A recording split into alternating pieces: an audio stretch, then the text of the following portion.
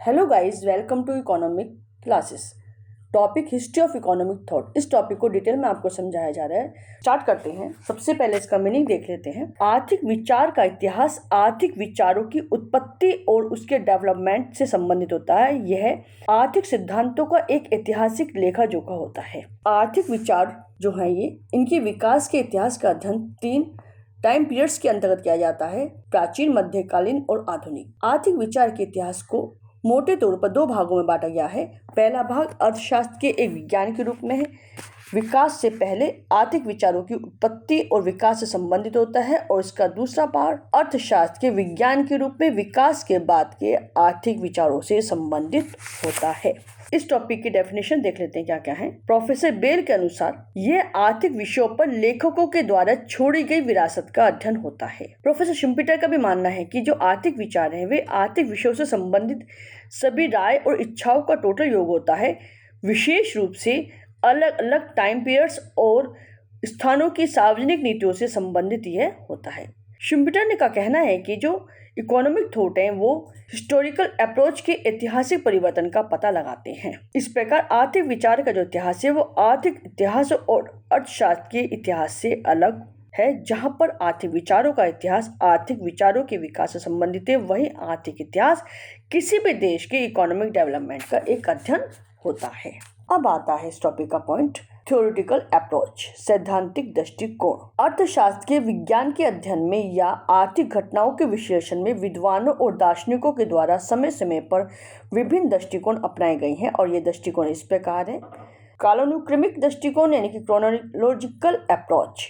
इस दृष्टिकोण में समय के क्रम में इकोनॉमिक थॉट्स की चर्चा की गई है। विभिन्न इकोनॉमिस्ट के द्वारा जो आर्थिक विचारों को वर्षवार प्रस्तुत किया गया है और उनका अध्ययन भी इससे किया जा सकता है।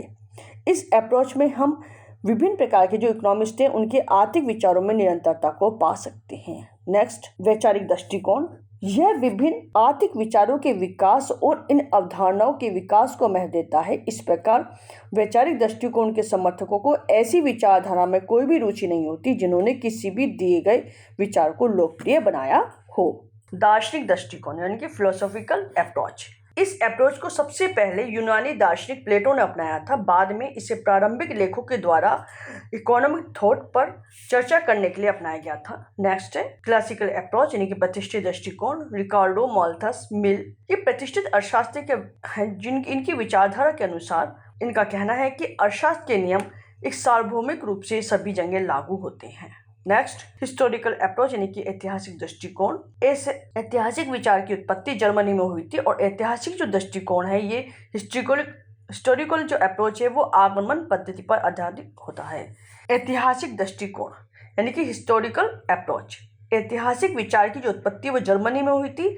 हिस्टोरिकल अप्रोच आगमनात्मक पद्धति पर जोर देता है, और इन अर्थशास्त्रियों का मानना था कि अर्थशास्त्र के नियम प्रकृति में सार्वभौमिक नहीं होते हैं, वे समय, स्थान और ऐतिहासिक परिस्थितियों के अनुसार चेंज होते रहते हैं।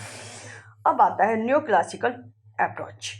इस दृष्टिकोण का जो उद्देश्य है वह आर्थिक विचारों को संशोधित करके उनमें सुधार करके उनको नए तरह से प्रस्तुत करना है। जो न्यू क्लासिकल अप्रोच है वो प्रतिष्ठित सिद्धांतों के पुनर्निर्माण का ही एक प्रयास होता है, और इन अर्थशास्त्रियों का मानना है कि अर्थशास्त्र के विज्ञान के लिए प्रेरणा और कटौती उसी प्रकार आवश्यक है जैसे कि चलने के लिए लेफ्ट और राइट दोनों पैरों की आवश्यकता होती है। अब आता है नेक्स्ट, वेलफेयर अप्रोच यानी कि कल्याण दृष्टिकोण। कल्याण दृष्टिकोण का जो उद्देश्य है वो ऐसी नीतियों को अपनाने के लिए एक आधार प्रस्तुत करता है जिसमें सामाजिक कल्याण को अधिकतम किया जा सके। कल्याण दृष्टिकोण उपयोगिता, मांग और उपभोग पर बल देता है। अब आता है संस्थागत दृष्टिकोण। इस दृष्टिकोण के अनुसार मूल्य प्रणाली अर्थशास्त्र का केंद्रीय विषय नहीं होता। वे उस समूह व्यवहार को महत्व देते हैं जो निरंतर परिवर्तित होते रहते हैं, और उनका कहना है कि आदतें, रीति रिवाज और कानूनी रूप मानव व्यवहार को नियंत्रित करने वाला मुख्य कारक होता है। नेक्स्ट है कीनेसियन दृष्टिकोण। मॉडर्न इकोनॉमी में एक प्रमुख विकास J.M. कीन्स के नाम से जुड़ा हुआ है।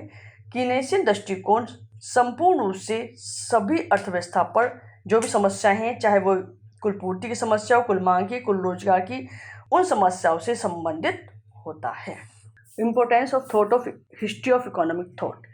आर्थिक विचारों के इतिहास का अध्ययन निम्न कारणों से महत्वपूर्ण होता है।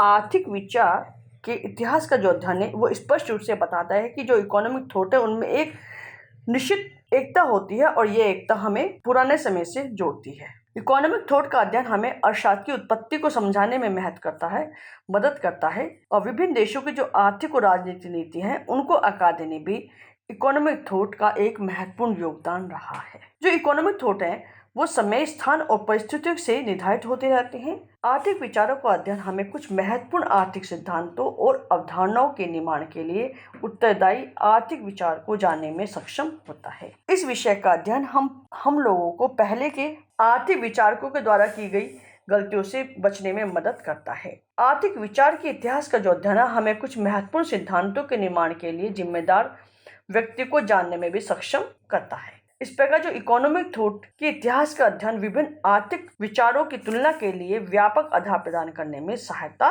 करता है। अब आता है next topic, lack of agreement in economic thought. आर्थिक विचार में सहमति का अभाव। आर्थिक विचार का जो इतिहास है वो प्रकृति में चयनात्मक और व्याख्यात्मक है। आर्थिक विचार में सहमति का जो अभाव है, लैक ऑफ जो एग्रीमेंट होने के कई कारण है कि हम सैद्धांतिक या व्यवहारिक महत्व की समस्याओं पर अर्थशास्त्रियों के निष्कर्षों और मतों के बीच में एकरूपता की हमें उपेक्षा नहीं करनी चाहिए। अर्थशास्त्र एक सामाजिक विज्ञान है जिसमें नियंत्रित प्रयोग लगभग असंभव होते हैं और जो इकोनॉमिक एनालिसिस है वो विभिन्न प्रकार की विधियों को स्वीकार करता है। परिणाम स्वरूप दिए गए उपकरणों और उद्देश्यों के साथ भी विश्लेषण की विधि एक दूसरे से भिन्न हो सकती है। नेक्स्ट, जिन उद्देश्यों के लिए आर्थिक जांच की जा रही है उसके कारण भी मतभेद उत्पन्न होते हैं। व्यवहारिक समस्याओं और उनके समाधान के संबंध में यह और भी अधिक महत्वपूर्ण है। नेक्स्ट, ये संभावना है कि तथ्यों के आंकलन के संदर्भ में मतभेद उत्पन्न होते हैं, विद्यमान होते हैं और विशेष रूप से जब उन्हें अन्य लोगों के साथ मिलाया जाता है। नेक्स्ट, इस प्रकार विचारों में असम्मति होने के कारण अर्थशास्त्रियों के भौतिकवादी और आदर्शवादी दोनों ही दृष्टिकोणों में अंतर पाया गया है। इसके अलावा संपूर्ण इतिहास को आधुनिक आर्थिक विचारों से भी निपटना चाहिए। इस प्रकार यह कहा जा सकता है कि ग्रे के आर्थिक सिद्धांतों का विकास अधूरा है। इसी के साथ ये टॉपिक यहीं कंप्लीट होता है।